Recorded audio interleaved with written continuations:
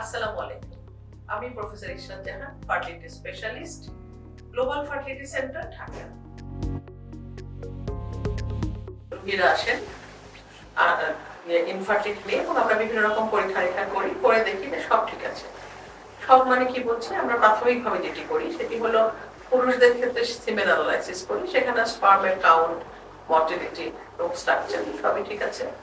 মহিলাদের ক্ষেত্রে uterine cavity ঠিক আছে, বোথ টিউব পেটেন্ট সাথে ওভারিয়ান রিজার্ভও ঠিক আছে। তাহলে কেন প্রেগন্যান্সি আসছে না? এটা আসলে পেশেন্টদেরও কমপ্লেইন থাকে, কেন প্রেগন্যান্সি আসছে না, আমরা 5 বছর হয়েছে, 6 বছর হয়েছে, বিয়ে হচ্ছে, কেন প্রেগন্যান্সি আসছে না? আর আমাদেরও একটি কারণ রয়েছে, সেটি হচ্ছে আনএক্সপ্লেইন, অর্থাৎ যেটাকে এক্সপ্লেইন করতে পারি না আমরা, অথচ ইনফার্টিলিটি রয়েছে।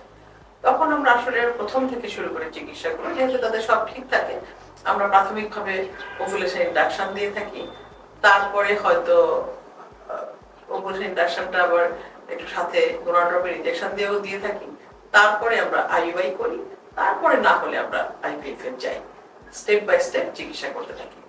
এটির কোনো কারণ নাই, অথচ আসলে কারণ থেকে তো হবে না, কারণ খুঁজে বের করে কি হবে যদি না প্রেগন্যান্সি আসে। প্রেগন্যান্সি আসলেই 100% সফল। সেই জন্য প্রেগন্যান্সি আসার জন্য আমরা ধাপে ধাপে চিকিৎসায় গিয়ে যাই। বেশিরভাগ ক্ষেত্রেই ওষুধে, আমরা যে ওভুলেশন ইন্ডাকশন ড্রাগ দিয়ে থাকি, সেই সব ওষুধে প্রেগন্যান্সি চলে আসে বেশিরভাগ ক্ষেত্রে। তারপরে সাথে আমরা ওষুধের সাথে সাথে আমরা যে ইন্টারকোর্সের কথা বলে থাকি, যে মাসিকের 10 থেকে 20 পর্যন্ত একদিন পর মেলামেশা করবে, এই নিয়মগুলো বলে দেই।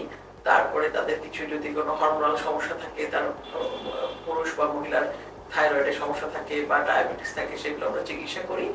তারপর তাদেরকে কিছু খাওয়ার কথা বলি, যেমন মধু, বাদাম, ডিম এগুলো খেতে বলি। এইসব ক্ষেত্রে তাদের ফার্টিলিটিটা বাড়তে পারে।